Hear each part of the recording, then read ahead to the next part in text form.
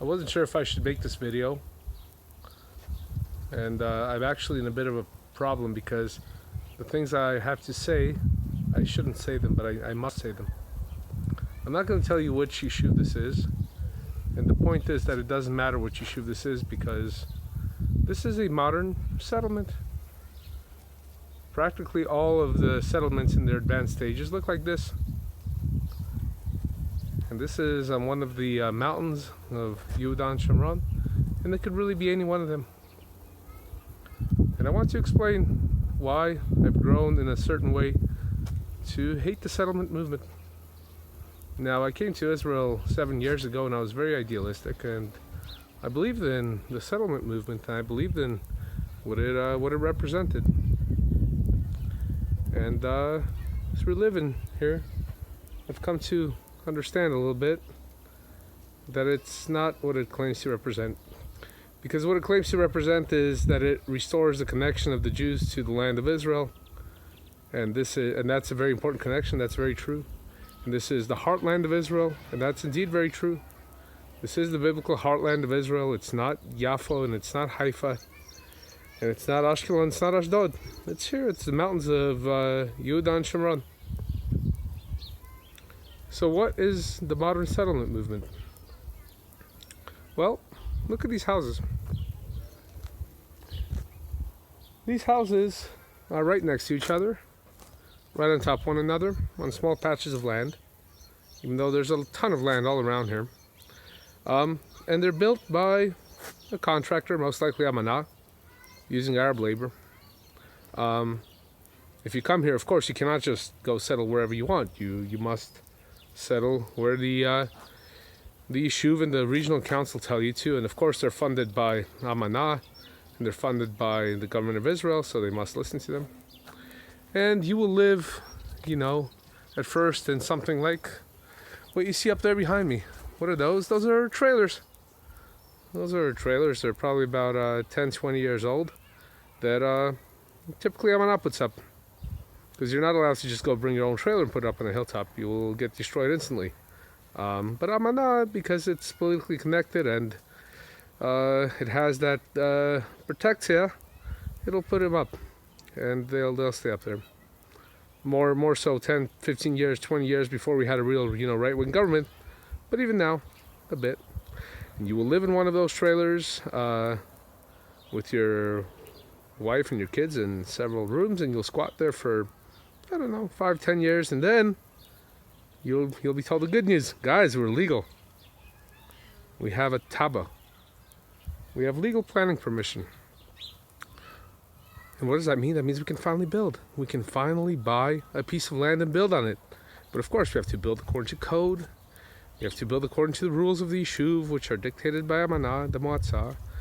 You cannot just buy however much you want. You cannot buy a plot of, let's say, a dunam, 2 dunam, 4 dunam, something that'll be sufficient for you to, that'll sustain you. That the land would actually sustain you. You can grow stuff, at least for your family. If you do high intensity agriculture, you can grow enough to make a living, to pay for the house. No, you cannot have any of that. What you can have is what the planning and the zoning gives you, and everywhere you go, this is what the planning and zoning gives you. Okay? A house like this, and it's always on a graded piece of land with proper, you cannot just have a septic tank, you cannot have any of that. You must have their infrastructure. It must look, of course, see how all these houses look the same? That's because there's a code. You must have cladding of fake Jerusalem stone over concrete.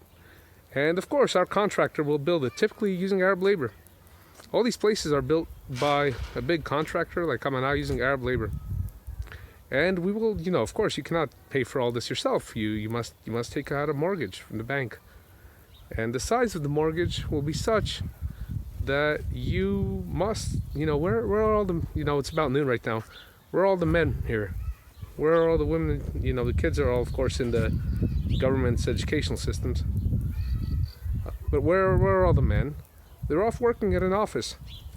Because you cannot pay for these houses built by the Arabs, built by, employed by a para-governmental contractor like Amana, you cannot pay for that out of pocket, and you cannot build a house yourself because you have that code.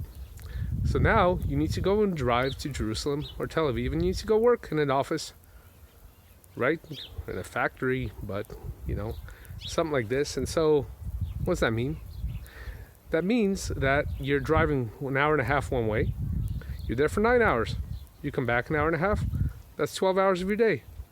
That's half your life, and the vast majority of your waking hours. And that means that you are not connected to the land, because I don't see anybody working the land here.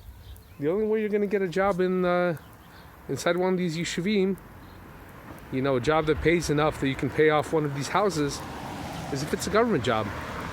If you're working for the secretary, if you're working as a contractor for the yeshuv, basically it's a government job. And that's the vast minority of the residents of these places. Which means that you think that you're settling the land, but actually the land here is being used as a tool of your enslavement. Okay? It's being used to neutralize you. You cannot understand, you don't have the time to grow anything. You don't have the ability legally, and your own yeshuv will clamp down on you. The local authorities will clamp down on you, and if they don't have the wherewithal, then they will bring in the regional council, and if the regional council doesn't have the wherewithal, it'll bring in the government. You cannot build anything that'll sustain you. You cannot agriculture, the only way is if you lease some land from the local authorities. None of this will ever be yours. Okay? You will not own anything. You will own debt. You will be a slave.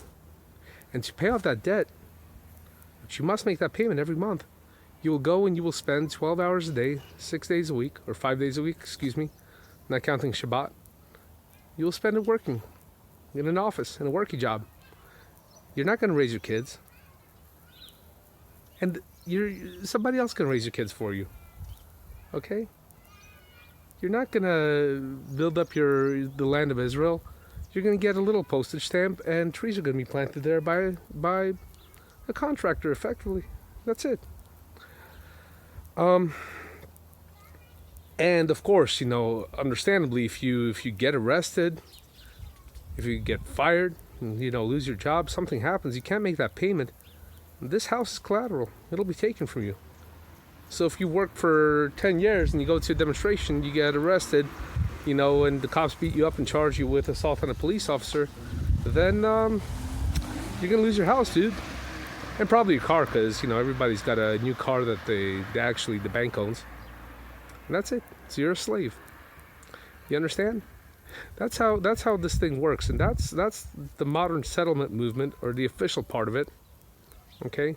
I'm not talking about like the Hilltop Youth and all these guys. I'm talking about the mainstream, okay? And it's taking the best instincts of Jews, which is their love for the land of Israel, and their desire to be settlers and heroes, and it's turning it against them in a very manipulative, dialectic manner, so that now you're stuck, buddy. You're going to pay off that mortgage for 30 years. You got it when you were 30. You're going to be 60 by the time you're done. Okay? And all that time, you're going to sit there quietly. You might go to a demonstration after work, and you'll stand there and on the side and hoping nothing happens. And that's it. That's the height of heroism that the system will allow you to express if you buy into it. Oh, of course.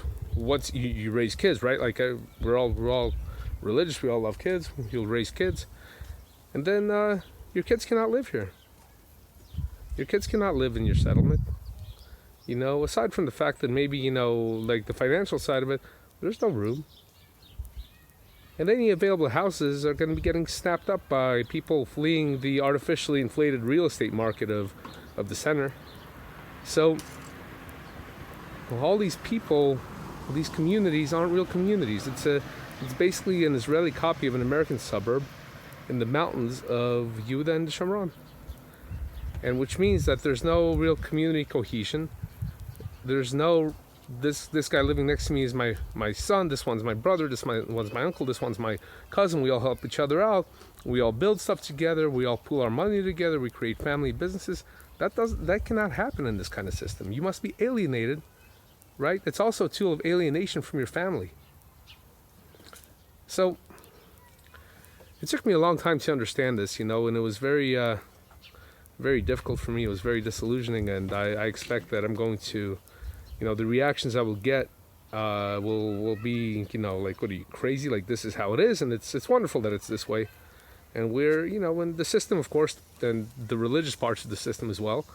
There's a lot of people with a keep on their head that, they derive their sustenance from the government and from the system as a whole, and they cannot go against it. And so, of course, they'll tell you this is wonderful. This is settling the land of Israel. This is heroism. Soon we will be legal. And this guy, Baruch, he's crazy. What's he talking about? And you decide for yourself. Do you want to be a slave? Do you want to be a wage slave? Do you want to be a slave to debt? Do you want your kids to be slaves to debt? I mean, if that's what you want, then this is great. Inside, all these houses are very nice, and the people are very nice. They're great, salt of the earth Jews. They're wonderful people. I'm not being facetious. The kids are great and everything else, and it's all great and wonderful. But if what you want is freedom, and you want the people of Israel to really conquer their land and be sustained by it and have a real connection to it and build families and communities and extended families, tribes, all this stuff, you need to understand, while the system looks like that's what it promotes, it actually actively destroys it. It's been co-opted. I have a feeling that this is not random, that people up top decided, look, we can't beat these guys, these settlers, for whatever political reasons. There's too many of them. They have too many kids. We don't have the housing in the center, etc., so forth. So okay, we'll co-opt them. We'll play them off against the Arabs, because all around here are Arab settlements basically settlements in my mind, that are separated from each other by these places, and they're really inextricable. So it allows, of course, the government to have a grasp also on the Arabs largely. They're not wrong when they complain that every plan basically cuts them up into bantustans. From the perspective of the political system, that's exactly the external function of these places. But the internal function is that you can take your best and potentially most dangerous segment of your population, which is religious settlers, idealistic Zionist Jews, and you can co-opt them and you can turn them into slaves, and that's it. They ain't going nowhere, dude. So anyway, I had to get that off my chest. You guys, please let me know what you think, where I'm wrong, maybe I'm wrong, how all of this is somehow good and eventually leads up to the liberation of the Jews that live here instead of their enslavement. Let me know. I'd love to hear it.